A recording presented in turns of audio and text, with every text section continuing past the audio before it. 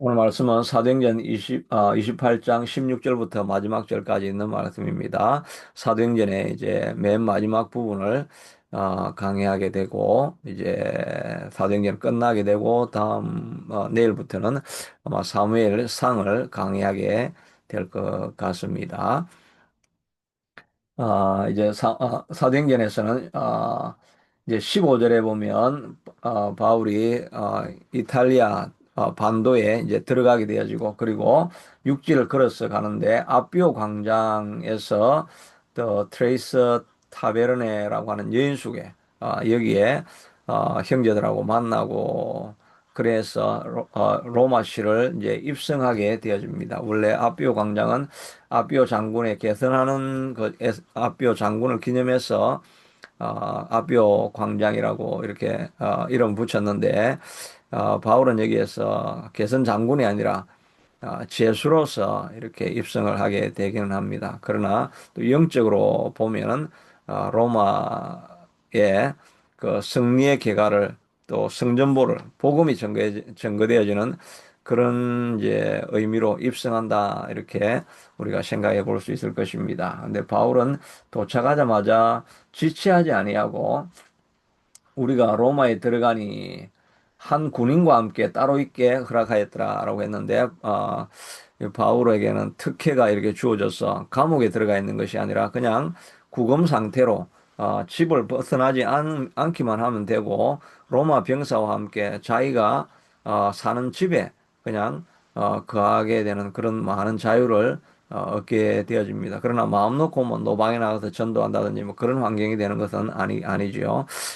그런 구금 상태에 있었지만, 그러나 바울은 사흘 후에 유대인 중에 높은 사람을 청하여서 그들에게 또 말씀을 전가하게 되어집니다. 사흘 후니까 뭐 자기 로마에 도착해서 여장도 풀고, 이렇게 또 자기 주변에 있는 환경도 돌아보고 이렇게 하면 조금 실만도 한데, 그저 3일 정도 지나고 나니까 바로 다시 거기에 있는 바로 도착하자마자 아마 전략을 짰겠죠. 어떻게 하면 로마에 가서 복음을 전가할 수 있을까 생각을 하다가 일단은 도착을 하면 유대인들 중에서 가장 유력한 자들을 먼저 불러 모아 가지고 그 사람들에게 내가 왜 왔는지를 설득하고 설명한 이후에 계속해서 복음을 전거해야 되겠다, 아마 그런 전략을 세웠겠죠.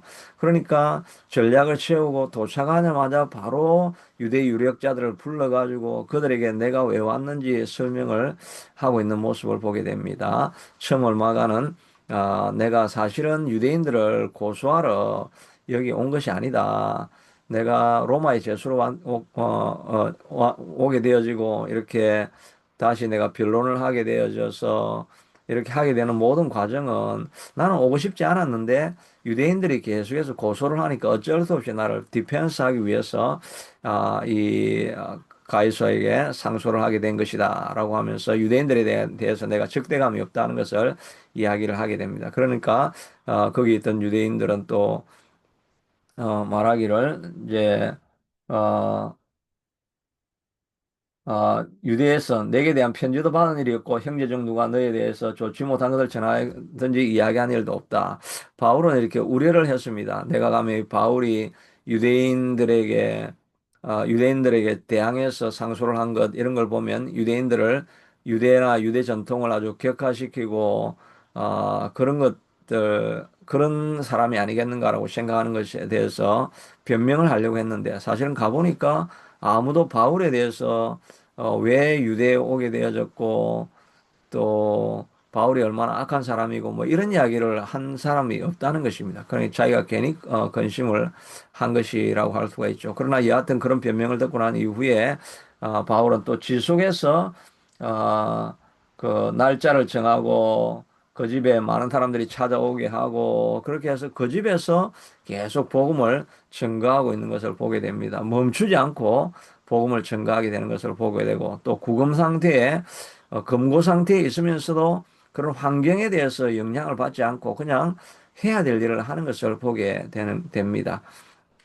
우리는 많은 상황 속에서 좀 환경이 갖추어지면, 모든 것이 잘 준비되어지면 내가 하나님 일을 하겠습니다, 이렇게 이야기할 때가 얼마나 많습니까?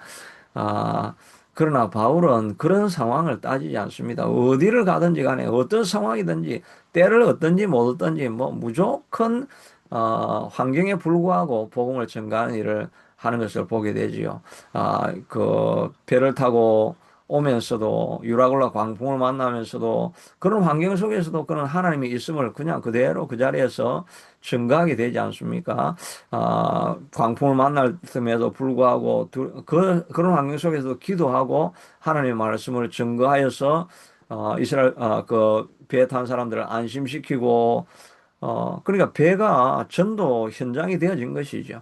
그리고 토인들에게 갔을 때에도 거기에서도 독사에게 물리고 이런 상황 속에서도 다시 회복되어지고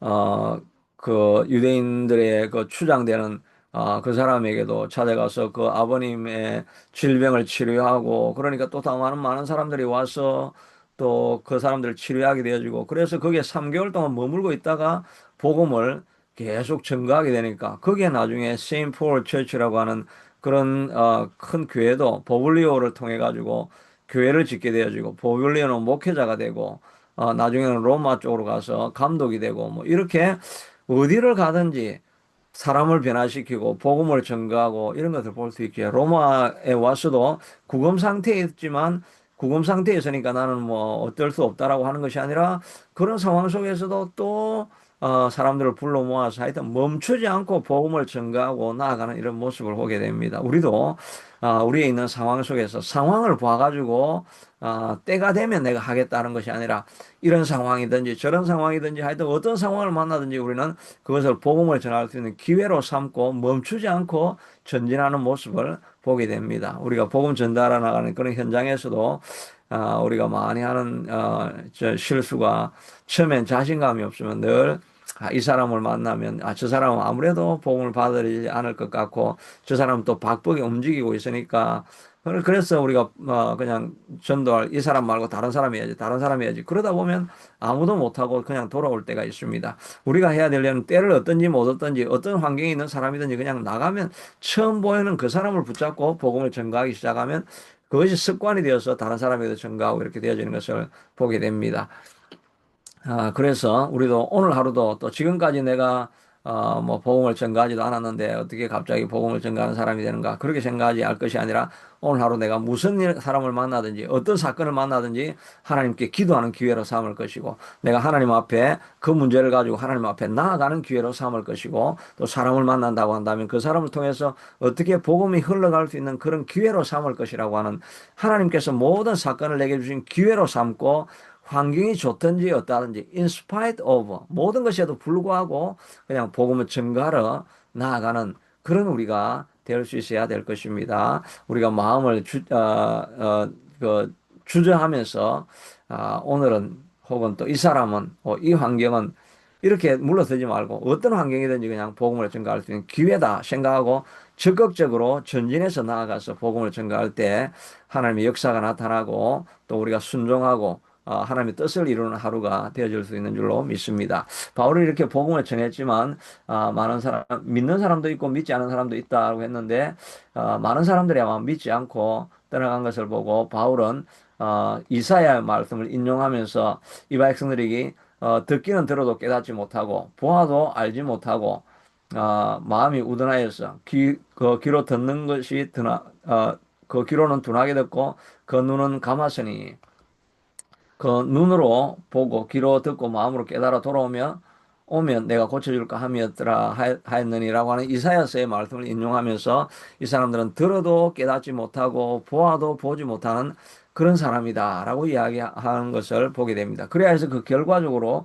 구원이 이방인에게로 흘러가게 되었다라고 말하고 있습니다. 기회가 왔지만 기회를 얻지 못하는 사람들에 대해서는 하나님께서 전파하다가 이제는 유대인들은 안 되고 그냥 이방인으로 촛대를 옮기시겠다라고 이렇게 말씀하시는 모습을 보게 됩니다. 정말 우리도 말씀을 듣기는 듣고 예배에 동참하기는 하고 끊임없이 메시지가 들려오지만 귀로 들어도 깨닫지 못하고 눈으로 보아도 그것을 이해하지 못하고 하나님의 말씀에 순종하지 않고 어, 우리의 마음을 닫아두고 있고 이렇게 되면 하나님께서 증거하시고 끊임없이 인내하고 기다리시고 참으시는 하나님이시긴 하지만 때로는 하나님께서 촛대를 옮겨서 다른 사람을 사용하셔서 일을 하시게 될 때가 있는 것입니다. 이 에베소서 요한계시록 2장에 보면 에베소서에 하시는 말씀 가운데 보면 내가 가서 내 촛대를 그 자리에서 옮기리라고 하는 말씀이 있죠. 너희가 에베소 교회가 뭐 니골라당을 몰아내고 말씀을 잘 지키고 한 견고하고 끝까지 인내한 것을 내가 인정을 해주겠지만 그러나 너희 처음 사랑을 버렸다라고 말씀하시면서 처음 사랑을 회복하지 않으면 내가 그 촛대를 옮기리라고 이렇게 말씀하시는 것을 듣게 됩니다. 교회도 하나님께서 사용하시는 교회가 있고 어떤 교회는 그냥 너무나 그 생명력이 사라져서 쓰러져 가는 것 같은 이런 교회가 또 있기도 하지요. 그것이 어떤 모습이겠습니까? 하나님께서 그 교회를 사용하지 않고 성령이 머무르고 역사하지 않으면 하나님께서 촛대를 옮겨서 사용하시는 그런 모습이라고도 우리가 볼 수 있지 않겠습니까? 우리 인생도 마찬가지입니다. 하나님께서 성령을 부어주시고 기름을 부어주시고 말씀을 주셨는데 깨닫고 열매를 맺지 못하고 순종하지 못하고 이런 생활들이 지속되어지다 보면 하나님께서 때로는 기름을 부으시기를 재단을 옮겨서 다른 사람으로 사용하시게 되는 그런 일도 일어날 수 있다는 것을 우리가 두려운 마음으로 바라보아야 할 것입니다.